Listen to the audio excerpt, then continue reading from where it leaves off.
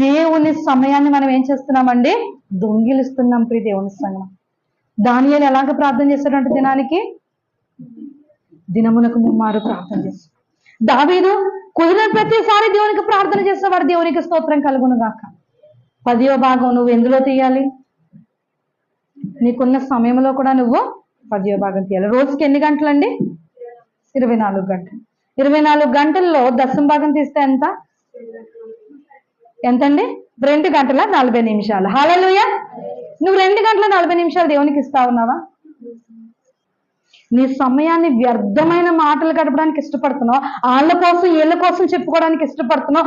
జీవము కలిగిన దేవుని దగ్గర నీ ప్రతి సమస్యను చెప్పుకోవడానికి నీకు ఇష్టం లేదు. నా బాధ ఇది, నా వేదన ఇది, నా హృదయంలో ఇలాగుండాలి, నన్ను ఇలాగన్నారు, వీళ్ళని అలాగన్నారు, ఇన్ని మాటలు నువ్వు ఆ మనిషితో ఈ మనిషితో చెప్పుకునే బదులు అది దేవుని దగ్గరకు వచ్చి చెప్పుకుంటే ఎంత మేలు, ఎంత ఆశీర్వాదం, ఎంత కృపను కోల్పోతున్నావు చూడు.